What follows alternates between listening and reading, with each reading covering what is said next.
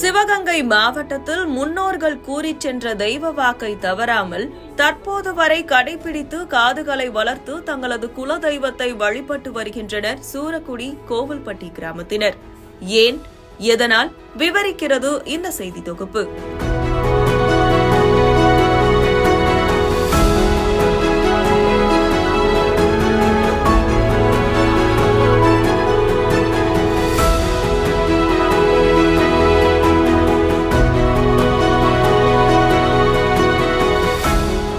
சிவகங்கை மாவட்டம் சிங்கம்புணரி ஊராட்சி ஒன்றியத்திற்குட்பட்ட சூரக்குடி மற்றும் கோவில்பட்டி கிராம மக்கள் தங்களின் குலதெய்வமான செகிடு ஐயனாரை வழிபடும் விசேஷமான ஒரு பாரம்பரியத்தை பின்பற்றி வருகின்றனர்.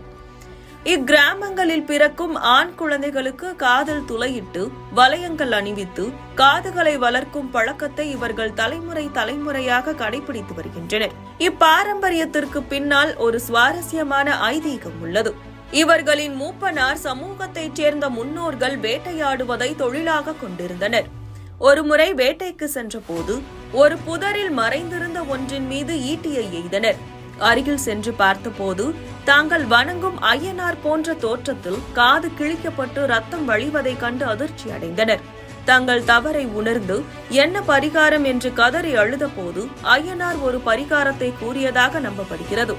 அந்த பரிகாரம்தான் தங்கள் குழந்தைகளுக்கு காதில் துளையிட்டு காதுகளை வளர்க்கும் ஐதீகமாகும். இந்த வழக்கம் காலமாக பின்பற்றப்பட்டு வருகிறது.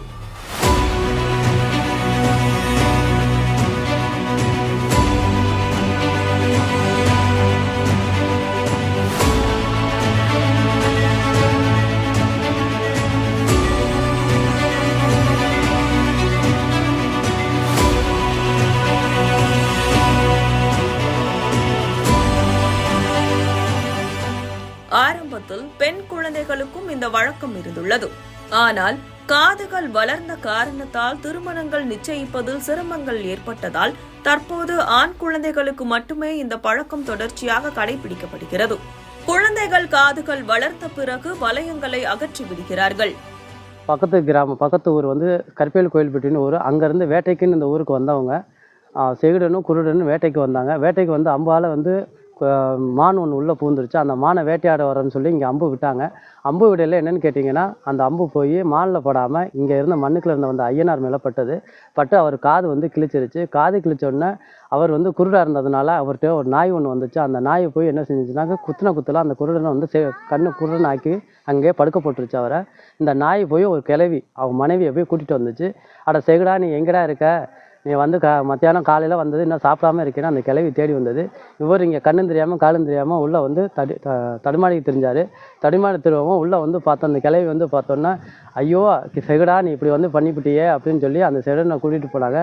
சாமியை பார்த்தது பக்கத்து ஊர். ஆனால் இந்த ஊரை அவங்க பக்கத்தில் நின்றதுனால நாங்கள் இதெல்லாம் பண்ண மாட்டோம் அப்படின்னு சொல்லிட்டு போயிட்டாங்க. அதுக்கப்புறம் இந்த ஊரை இந்த சாமியை வணங்கி வேண்டி, இந்த மாதிரிக்கே நாங்கள் உனக்காக நாங்கள் உன்னை பார்த்ததுனால இந்த காதை நாங்கள் ஊண்டிக்கிட்டு இந்த காதை உனக்காக நாங்கள் வளர்க்குறோம் அப்படின்னு அன்னைக்கு வேண்டிக்கிட்டாங்க. அன்னைக்கு வேண்டிக்கிட்ட என்னன்னு கேட்டிங்கன்னா, ஆணுக்கு இந்த மாதிரி பண்ண மாட்டாங்க, பெண்களுக்கு பண்ணாங்க. பெண்களுக்கு பண்ணதுனால பெண்கள் பக்கத்து ஊருக்கு கல்யாணம் பண்ணி கொடுக்க போகிறதுனால யாருமே திருமணத்துக்கு வரமாட்டாங்க, முன்னுரிமை வரமாட்டிட்டாங்க. அதுக்கப்புறம் ஆண்களுக்கு மாறிச்சு. ஆண்களுக்கு மாறினதுக்கப்புறம் இப்போ எங்களுக்கு இந்த மாதிரி காது வளர்க்குறது நாங்கள் வரைக்கமாக வச்சு வரோம். அந்த சாமியை பார்த்து நாங்கள் உனக்காக நாங்கள் வணங்குறோம், உனக்காக அந்த காது குத்துச்சுன்னா உனக்காக நாங்கள் அந்த மாதிரி நாங்கள் பண்ணி நாங்கள் வணங்கி வரோம், எங்களை தெய்வமாக ஏற்றிக்கோ அப்படின்னு சொல்லி அன்னைக்கு சூழ்நிலை அன்னைக்கு இருந்து பண்ணி அந்த காது இன்னமும் நடைமுறையில் வருது. பரிகாரம் கேட்டோன்னா அது அவங்க மேலே அவங்க மேலே இது இப்படித்தான், இது இந்த மாதிரி செய்யணும், இப்படி அந்த மாதிரி எங்களுக்கு எனக்கு இருக்க மாதிரியே நீங்கள் பூரா அடையாளம் போடணும், நீங்கள் இந்த கோயிலுக்கு எல்லாம் பண்ணணும், வேறு யாரும் பண்ணக்கூடாது அப்படின்னு சொன்னோன்னா நாங்கள் எல்லாமே ஆம்பளை பிள்ளைக்கு வளர்த்து இந்த மாதிரி பொம்பளை பிள்ளைக்கு வளர்த்தோம். அப்புறம் வேறு இடத்துல கட்டி கொடுக்கறதுனால ஆம்பளைக்கு மட்டும் நாங்கள் மட்டும் தான் பூசை வைக்கிறது, அதனால நாங்களாம் வளர்த்துக்கிறது ஆம்பளைக்கு மட்டும். இப்போ எல்லா பழக்க வழக்கங்களுமே நம்ம அப்பா அம்மா சொல்லி தந்தது, அவங்க தாத்தா பாட்டி சொல்லி தந்தது, அதுதான் நம்ம வர்றோம். ஸோ அப்படி பார்க்கும்போது இது இவங்க காலங்காலமாக நம்ம ஆளுங்க அதை தொன்று பண்ணிட்டு வரனால, ஸோ இதை நான் நம்ம பழக்கப்பட்டதில் ஒன்றா தான் நான் பார்க்குறேன். ஸோ அவங்க பழக்க வழக்கங்கள், அவங்க என்விரான்மெண்ட், அதாவது அவங்க சமூகத்தை சார்ந்து, அவங்களோட ஊரோட அமைப்பை சார்ந்து அவங்க அதை பண்ணுறாங்க. இது இன்னமும் பண்ணிட்டு வர்றது எனக்கு ரொம்ப ஆச்சரியமாகவும் இருக்குது. அவங்களோட பக்தி அதில் வெளிப்படுது. ஸோ அதில் அவங்க ரொம்ப நம்பிக்கையாகவும் இருக்கிறாங்க. ஸோ இது இங்கே இருக்கிற சுற்றுப்பட்டு கிராமங்கள் எல்லாமே அதை நம்புகிறாங்க.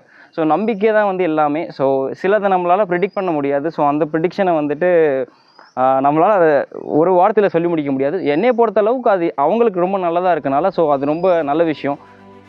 செகடு ஐயனார் கோவில் குறித்த சில தனித்துவமான நம்பிக்கைகளும் உள்ளன. இந்த கோவிலை சுற்றிலும் மின் விளக்குகள், மின் கம்பிகள், மின் இணைப்புகள் எதுவும் இல்லை.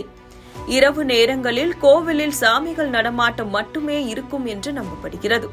இதனால் கோவில் பூசாரிகள் கூட இரவு நேரத்தில் உள்ளே நுழைவதில்லை. மீறி நுழைந்தால் உடல்நல குறைபாடுகள் ஏற்படும் என்று கிராம மக்கள் நம்புவதால் மாலை 6 மணிக்கு மேல் யாரையும் கோவிலுக்குள் அனுமதிப்பதில்லை.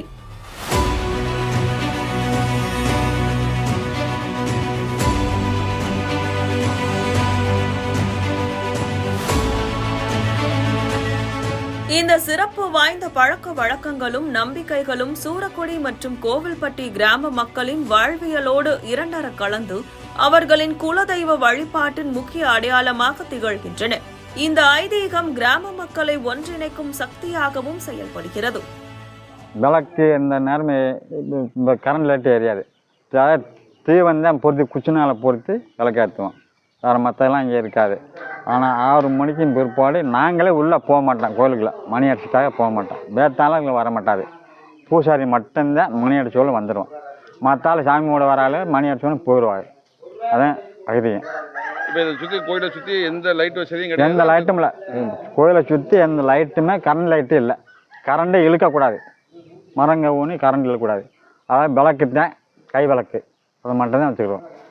அதான் வேறு எதுவும் இல்லை. எதுக்காக 6 மணிக்கு மேலே உள்ளுக்குள்ளே வரக்கூடாது அப்படின்ற? அதாவது உள்ள 6 மணிக்கு மேலே போனால் அதாவது சாமிகள் ஏமங்க கேட்டு கையால் எல்லாம் வாங்காமல் பண்ணிடுவோம். அதனால தான் உள்ளே யாரும் போக மாட்டாங்க. நாங்களே போக மாட்டோம். மணி அடிச்சுட்டா சாயந்தரம் பூஜையில் உள்ளே போக மாட்டோம். நாங்களே போக மாட்டோம் பூஜாரி மாதிரி.